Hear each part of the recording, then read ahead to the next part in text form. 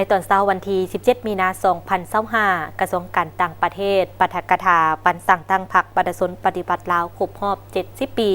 โดยการให้เกียรติเป็นประธานและบรรยายเอกสารของสหายท้องสวรรค์พรหมวิหารกรรมการศูนย์กลางพรรคเลขาคณะบริหารงานพรรคกระทรวงรัฐมนตรีกระทรวงการต่างประเทศ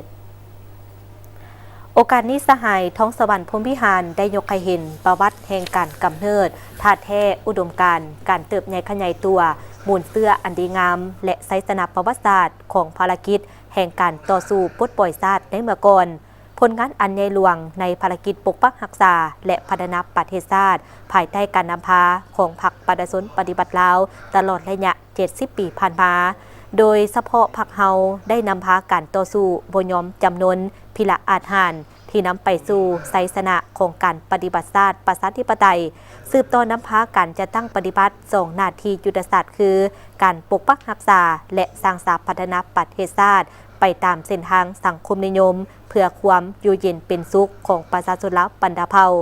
พรรคเฮาเวลาใดก็ยึดมั่นลัทธิมาร์กเลนินเป็นพื้นฐานแนวคิดประธานไกรสอนพรหมวิหารและยึดถือลักมันของชนชั้นกรรมกรอย่างเสมอต้นเสมอปลายสมทบแน่นระบางลัทธิหักชาติอันแท้จริงกับลัทธิสากลอันพองใสมีความจงหักภักดีต่ออุดมการณ์ปฏิบัติและผลประโยชน์ของประชาชนลาวบรรดาเผ่าถือเอาความสามัคคีภายในเป็นหลักเต้าโฮมความสามัคคีเป็นปึกแผ่นภายในชาติเสิร์ชสู่ความเป็นแบบอย่างน้ำหน้ารักษาได้คุณฮัดการเมืองและคุณสมบัติศีลธรรมปฏิบัติความเชื่อมั่นจากประชาชนลาวบรรดาเผ่าตลอดมาดังนั้นพรรคเฮาสมแล้วที่เป็นกองเสนาธิการทางการเมืองที่ทรงใสเป็นกองนับหน้าที่แน่นแก่นเป็นตัวแทนที่จงหักภักดีต่อสิทธิผลประโยชน์ของชนชั้นกรรมกรชาวปวกแรงงานที่หักชาติเป็นแกนนำในระบบการเมืองแห่งระบบประชาธิปไตยประชาชนอันเข้มแข็งและสร้างให้ประเทศมีความเสถียรภาพทางด้านการเมืองนักแน่นสังคมมีความสงบสุขเศรษฐกิจวัฒนธรรมสังคมได้ขยายตัวอย่างต่อเนื่องและชีวิตการเป็นอยู่ของประชาชนได้รับการพัฒนาแก้ไขเป็นก้าวๆสหายท้องสวรรค์พรหมวิหารได้เกี่ยวข้องมายังคณะพรรคคณะนำคณะกลุ่มสมาชิกพรรคพนักงานทั้งหมดของกระทรวงการต่างประเทศจงยึดมั่นในแนวคิดทฤษฎีมาร์กเลนินและแนวคิดไกรสอนพรหมวิหารก็คือจุดหมายสังคมนิยมอย่างนักแน่น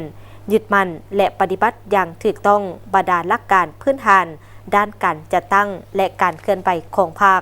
ยึดมั่นในส่วนสั้นกรรมกรและความจงหักภักดีต่อผลประโยชน์รวมของชาติของประชาชนสร้างความเป็นแบบอย่างทางด้านแนวคิดและพฤติกรรม